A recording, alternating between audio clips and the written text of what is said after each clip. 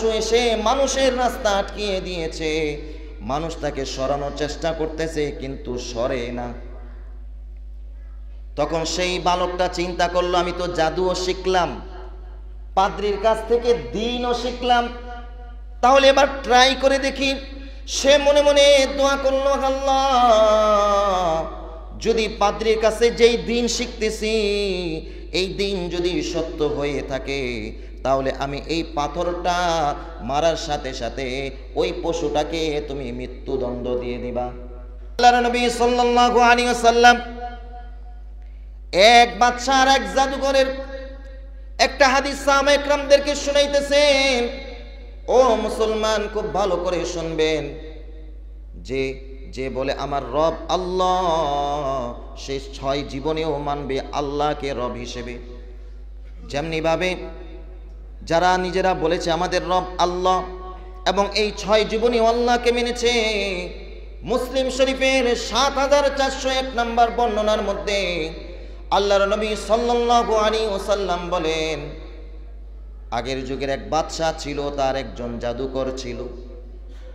ওই জাদুকরটা বৃদ্ধ হয়ে গিয়েছে।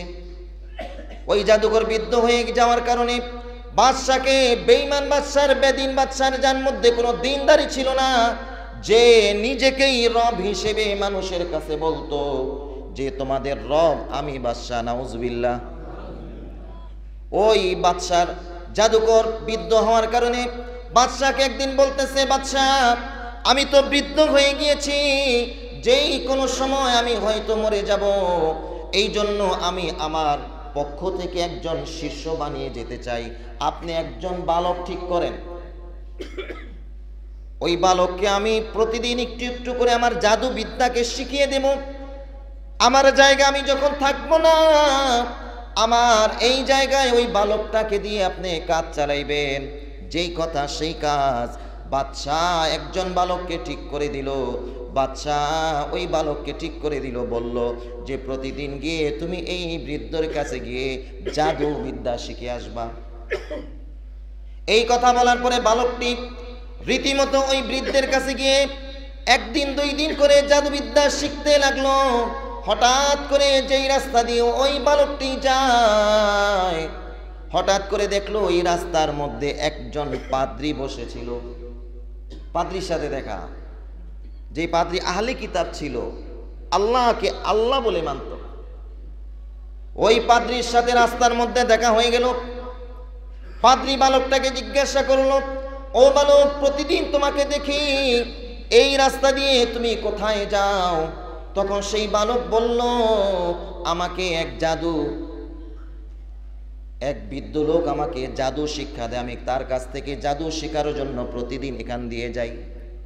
তখন ওই পাদ্রী বলল, ঠিক আছে তুমি জাদু শিখবা, আমি তোমাকে কিছু শিখাবো, যদি তুমি এটা শিখো তাহলে তুমি ফরক করে দেখবা তোমার জন্য জাদু ভালো নাকি আমি তোমাকে যা শিক্ষা দিয়েছি এটা ভালো, তুমি নিজেই বাস বিচার করতে পারবা। যেই কথা ওই পাদ্রীর কথা ওই বালকটা মেনে নিল। প্রতিদিন ওই বালকটা যখন জাদুবিদ্যা শিখতে যায়, যাওয়ার আগে ওই পাদ্রীর কাছে কিছুক্ষণ সময় দেয়। প্রত্যেক দিন জাদুকরের কাছেও যায়, আবার পাদ্রীর কাছেও বসে। এরকম ভাবে একদিন ওই জাদুকরের কাছে যাইতে লাগলো। পাদ্রীর কাছে বসার কারণে ওই যে জাদুকরের কাছে যাওয়াটা তার দেরি হয়ে গেল। দেরি হওয়ার কারণে ওই জাদুকর তাকে মার দিল, কেন দেরি করে আসছে। তখন পরের দিন ওই পাদ্রীকে ওই বালকটা বলতেছে, আমি ও কালকে দেরি করে যাওয়ার কারণে আমার ওস্তাদ যিনি আমাকে জাদু শিখায় সে আমাকে মারছে। সে জিজ্ঞাসা করেছিল কেন দেরি হয়েছে, আমি বলি নাই। পাদ্রী বলতেছে, আবার যখন তোমার কোনোদিন দেরি হয়ে যায় তখন তুমি ওই জাদুকরকে বলবা বাড়ি থেকে আসতে আমার দেরি হয়েছে, বাড়ির মানুষ আমাকে দেরি করে ছেড়েছে, এই কারণে আমার দেরি হয়েছে। আর যখন জাদুকর থেকে বাড়িতে যাইবা, তোমার যদি দেরি হওয়ার কারণে কেউ জিজ্ঞাসা করে তখন তুমি বলবা জাদুকর আমাকে দেরি করে ছেড়েছে, এই জন্য দেরি হয়েছে। বুঝতেছেন? যেই কথা সেই কাজ। এরকম ভাবে সে জাদুও শিখে আবার দ্বীনও শিখতেছে পাদ্রীর কাছ থেকে। শিখতে শিখতে হঠাৎ একদিন ওই যে বালকটা বাদশার দরবারে যাইবে, যাওয়ার সময় দেখলো প্রতিমধ্যে জঙ্গল থেকে একটা পশু এসে মানুষের রাস্তা আটকিয়ে দিয়েছে।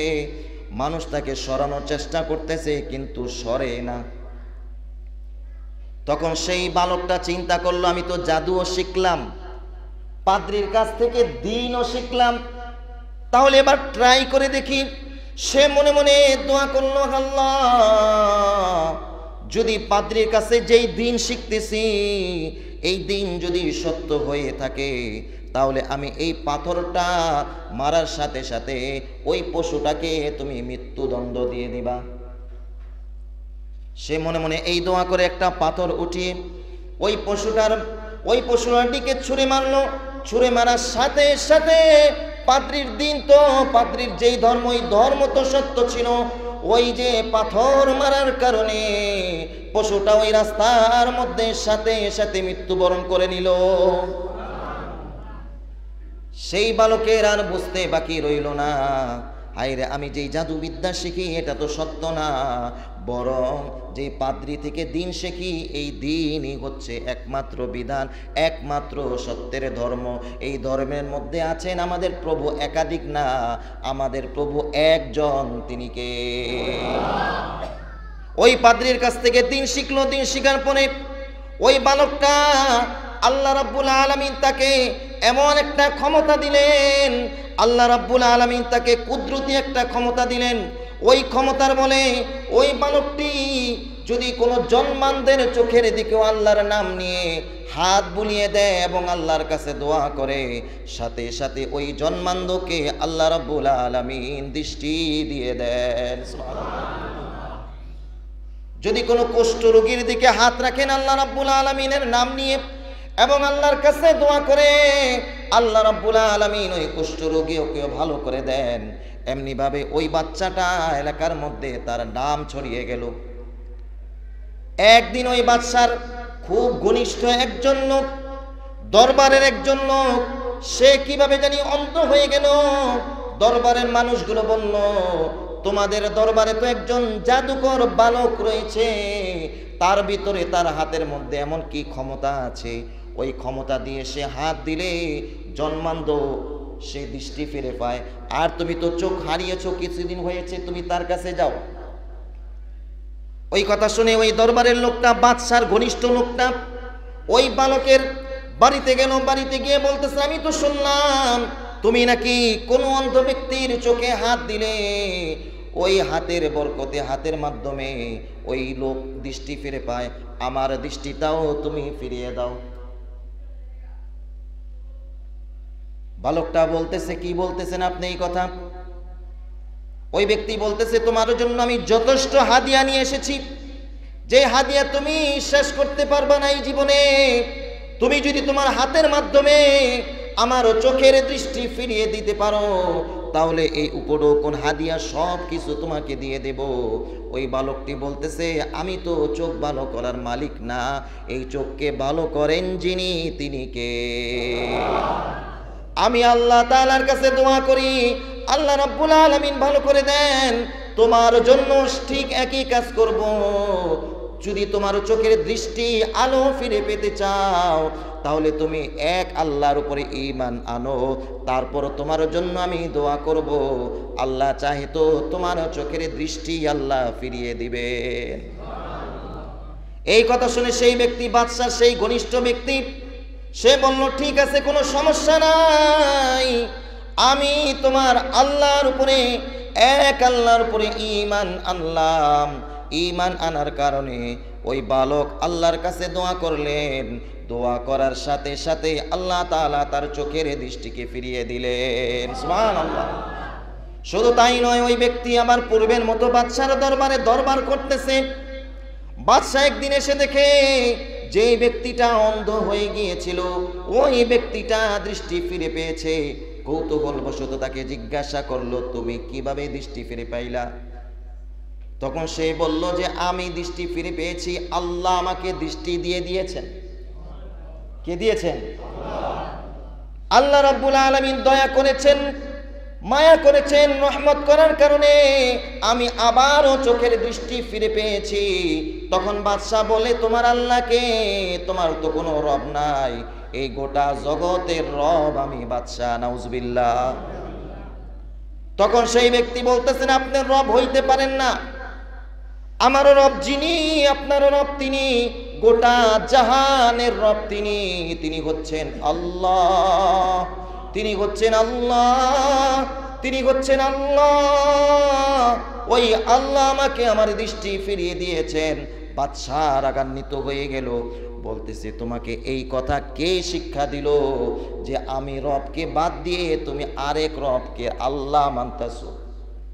তখন সেই ব্যক্তি বলতেছেন, অমুক বালক, যেই বালককে আপনি জাদুবিদ্যার শিক্ষার জন্য রেখেছিলেন, ওই বালকের মাধ্যমে আমি এটা শিখেছি এবং আমি ঈমানও গ্রহণ করেছি। তখন ওই বালককে গ্রেফতার করে বাদশার দরবারে নিয়ে আসা হলো। বাদশার দরবারে আনার পরে ওই বালককে জিজ্ঞাসা করতেছেন, বালক একই কথা বলেন যে আপনি রব হইতে পারেন না, বরং আপনাকে বানানেওয়ালা, আমাকে বানানেওয়ালা, গোটা জগৎকে বানানেওয়ালা একজন, তিনি কে? আল্লাহ। আল্লাহ গোটা জগৎকে বানিয়েছেন, অতএব তুমি রব হইতে পারো না, রব হওয়ার মালিক আল্লাহ। তখন ওই বালককে এমন নির্যাতন করলো, নির্যাতন করতেছে, বালককে জিজ্ঞাসা করতেছে, এই বালক তোমাকে এগুলা কে শিক্ষা দিয়েছে? নির্যাতনের এত ভয়ঙ্কর একটা পরিস্থিতি তৈরি হইল। বালককে নির্যাতনের কারণে, প্রচন্ড নির্যাতন করার কারণে বালক সেই পাদ্রীর কথা বলে দিল। মনে আসেনি? বালক দিন শিখছে কার থেকে? ওই যে পাদ্রী থেকে। ওই পাদ্রীকে ধরে আনা হইল, পাদ্রীকে জিজ্ঞাসা করো। পাদ্রীকে বলতেছেন, এই তুই এই বালককে কোন আল্লাহকে চিনাইনি, কোন রবকে চিনাইনি? এই বালক তো আমাকে আল্লাহ বলে না, আমাকে রব বলে না, এই বালকের মাধ্যমে আরেকজনও আমাকে রব মানে না। তুই বল তোর রবকে। ওই পাদ্রী বলতেছেন, আমার রব হচ্ছে যিনি আমাকে বানিয়েছেন, তোমাকে বানিয়েছেন, গোটা জগৎকে যিনি বানিয়েছেন, তিনি হচ্ছেন রব আমাদের আল্লাহ। ওই আল্লাহকে ছাড়া দুনিয়ার মধ্যে আর কেউ রব হইতে পারে না। তখন বাদশাহ বলতেছে একটা করাত আনার জন্য। বিশাল একটা ধারালো করাত আনলো। করাত আনার পরে সেই পাদ্রীর মাথার উপরে করাতটা রেখে বলতেছে, বল তোদের রব আমি। যদি এই কথা না বলিস তাহলে এই করাত দিয়ে তোদের মাথাকে দ্বিখণ্ডিত করে দেব। ওই পাদ্রী বলতেছে, তুমি আমাকে করাত দিয়ে দ্বিখণ্ডিত করবা, যা ইচ্ছা তাই করো, তারপরেও আমি বলবো আমার রব একজন, তিনি কে? আমি বলবো আমার রব আল্লাহ। রক্ত লাগে রক্ত দিব, জান লাগে জান দিব, মাল লাগে মাল দিব, সব কিছু দিয়ে দিব, তারপরেও তোমাকে রব মানবো না। যিনি বানানেওয়ালা তাকেই রব মানবো। আমাদের সবাইকে বানিয়েছেন যিনি, তিনি কে?